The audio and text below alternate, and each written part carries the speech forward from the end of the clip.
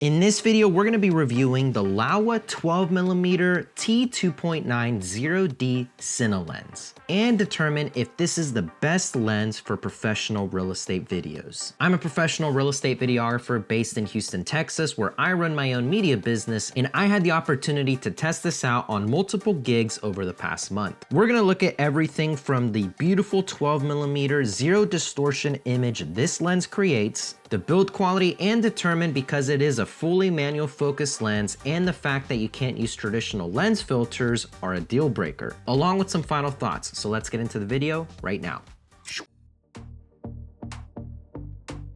So quick disclaimer, Laowa did send this to me as a loan, so it's not free of charge that I'm keeping this. I just get to use it for the extent of just making some content with it. So everything that I mention in this video are my real world thoughts and experience based on using this lens for the past month.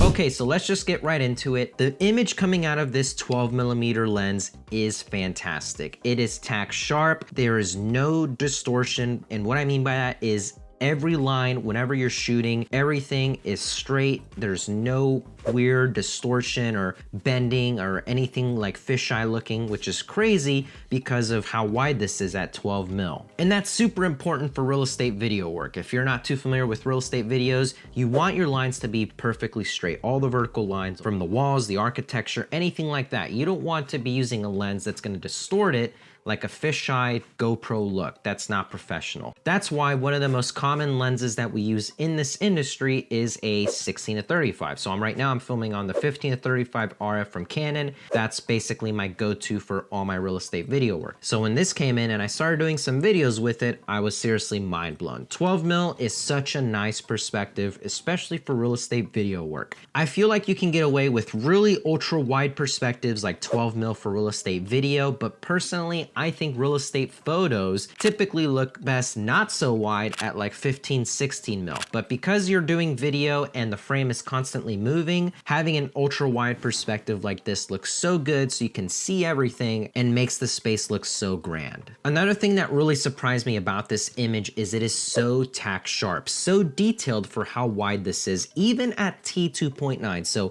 fully wide open, it is tack sharp, and I was so surprised by that because I thought at this focal length 12mm at T2.9 it was probably going to be a little soft, lose a little bit of detail, but I can't tell a difference. It looks so good, especially on the Canon R5C, which is my main workhorse going into 2024. All of last year I used the R6 and the R6 Mark II. I still have the R6 Mark II. That is a phenomenal camera.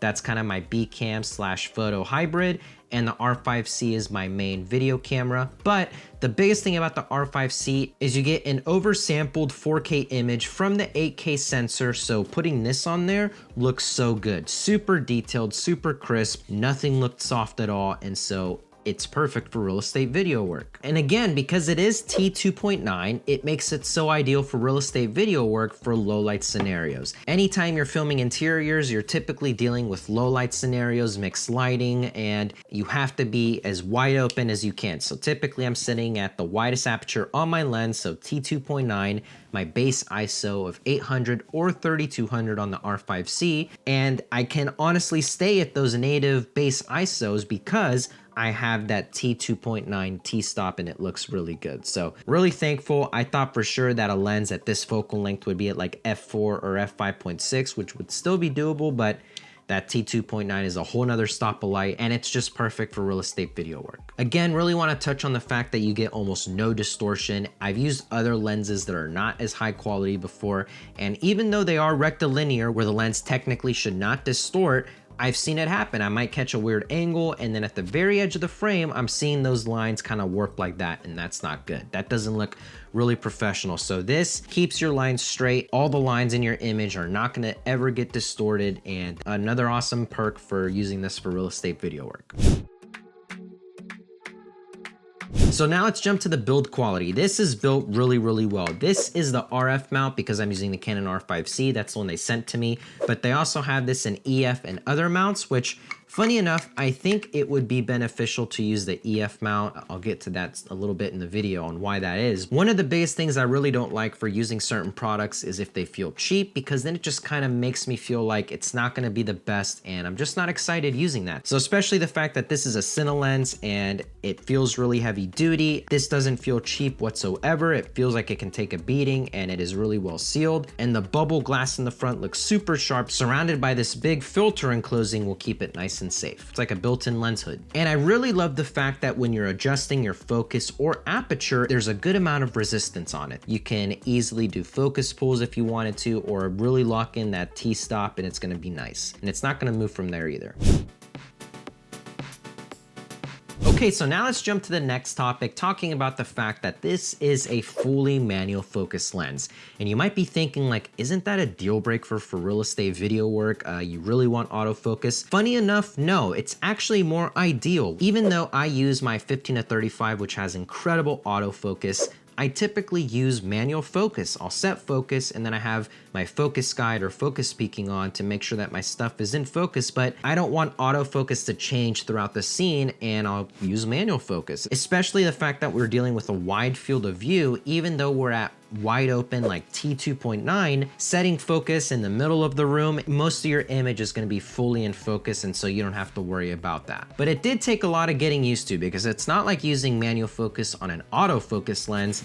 Here you have to set your aperture on the lens itself. You can't control it from the camera whatsoever. So one thing that I did find a little tricky, especially once I have my camera rigged out, it's on a gimbal and I'm in the scene, I'm shooting, is trying to figure out if my shot was in focus. One major drawback was that I love on newer mirrorless cameras like the R5C, you have a little focus guide. So even though you flip to manual focus, there's a little square that'll tell you you are in focus or not, or you're slightly out of focus. So you don't get that because this is a fully manual focus lens. It doesn't recognize any of that. The only thing you could do is either zoom into the image and adjust it manually, or you can use focus speaking. So those were the two tools that I used. Mostly found that I would just zoom in and kind of stay near the infinity, or between 5.35 feet and infinity. I knew that that was the sweet spot to get everything in focus and just go off of that. But there were a couple of times where I'm like, man, I hope this is in focus, because it was hard to tell. Another thing that took a lot of getting used to was the fact that I couldn't adjust my aperture on my camera. So it's all on the lens. But funny enough, I really grew to liking that, and I'll explain why. So because I'm using a cinema camera, it has shutter angle, which means the shutter's locked in. I can't crank the shutter, nor do I want to. I want that natural fluid motion. So my shutter is locked if I'm shooting at whatever frame rate. Then I have my base ISO at 800 or 3200. So that's locked as well. So that means the only other things I can manipulate for my scene is lighting, which we're dealing with all natural light, or my aperture. So what I'm trying to say is I found that it was super easy to adjust my exposure with the aperture. Instead of going to the camera, clicking the wheel or adjusting it, simply knowing that this first ring is aperture, I could easily see a real-time, much faster exposure compensation, and I found that that was so much easier to get an accurate exposure that way. The tools that I use on my camera for exposure are false color and the waveform, so I would simply toggle between those, adjust the aperture, and be good to go. So if you're a cinematographer, you are obviously used to using Cine lenses like this that are fully manual focus, but if you're more of a videographer and you're coming to a lens like this, it is a bit of an adjustment. But personally, like I said, after a couple of shoots, I got used to it. Now it almost feels kind of weird where I actually have to use my camera to adjust the aperture. I found myself trying to use the lens again. But yeah, I really love the fact that you can easily adjust exposure that way and pretty much keep your focus at the same distance the whole time.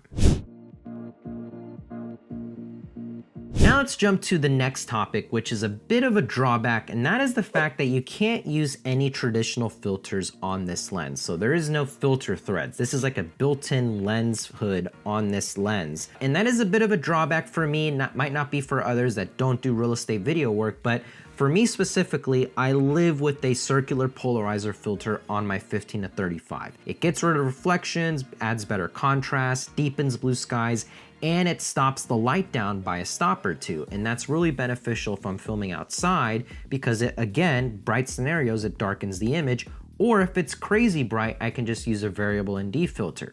So here's the drawback with this lens. I found myself in really bright scenarios having to be at T22, which is crazy. I never would use that aperture on my other lenses, but it was the only way to stop down the light that much because it was so bright, midday on certain shoots. So another thing I wanted to mention was this is the RF mount that they sent me. And I feel like if I had the EF mount, it would be more beneficial because you could put a adapter that has drop-in filters between this and the camera. So you can put filters behind the lens, not in front of it since you obviously can't, but if you were to use the EF one, then you could use a drop-in circular polarizer filter, variable ND filter, and then that would solve the filter problem altogether. So that's one thing I would be interested in trying out, but I also do love the fact that if that's not a problem for you, it is really great to not have to deal with filters and put this straight on my camera and have a smaller setup. Unlike the fact if you were at like f4, 5.6, or even f8, that would be a lot more forgiving. So I typically never go past f8 or 9 when I'm filming, and I'm always wide open on the interiors. So that was definitely an adjustment, something I probably didn't like, but again, the biggest reason too is the fact that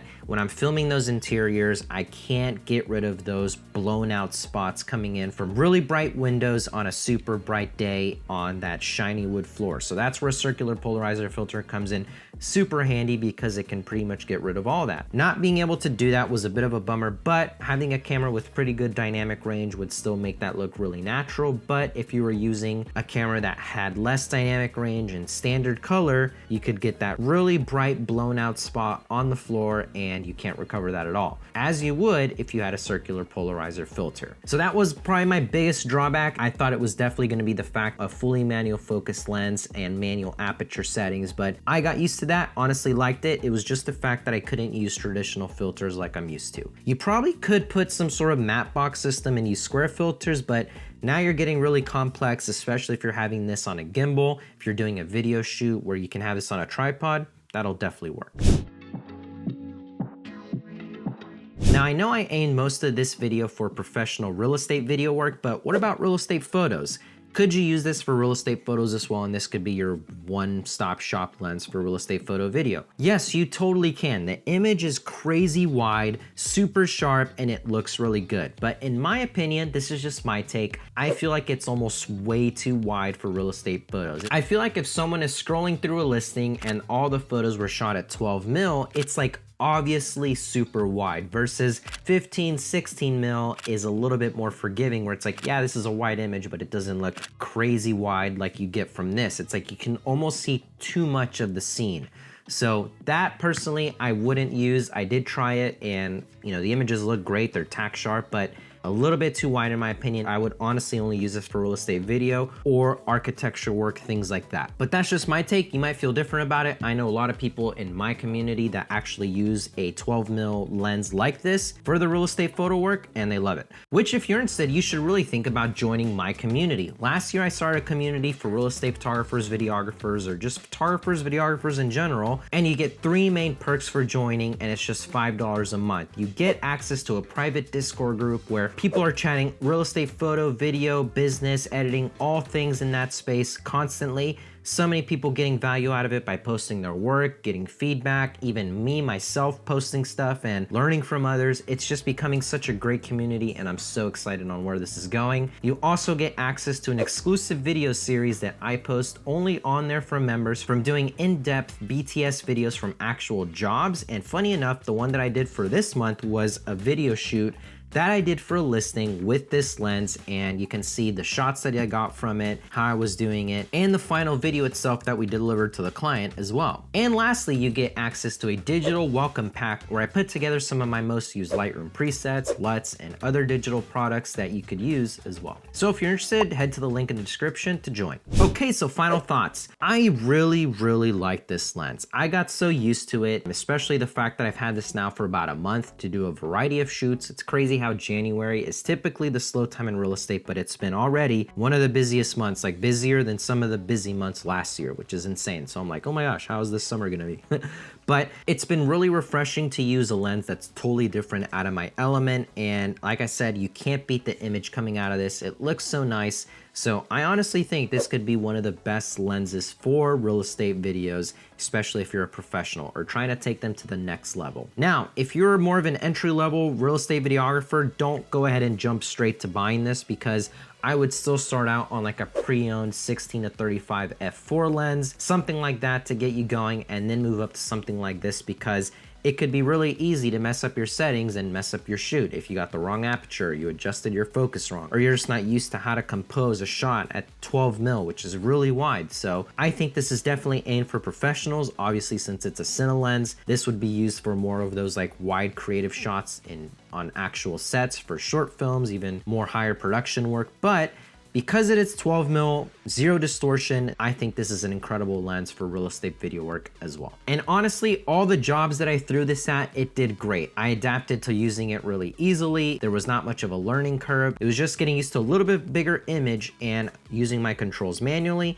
but all the composition and the shots and everything were just the same. So if you're interested in the Laowa 12mm Cine lens, you can also check it out in my description below. So that's it for this video. Leave a like if you enjoyed, comment down your thoughts, subscribe if you haven't already. I would love for you guys to be part of the channel, and I'll see you guys in the next video. See ya.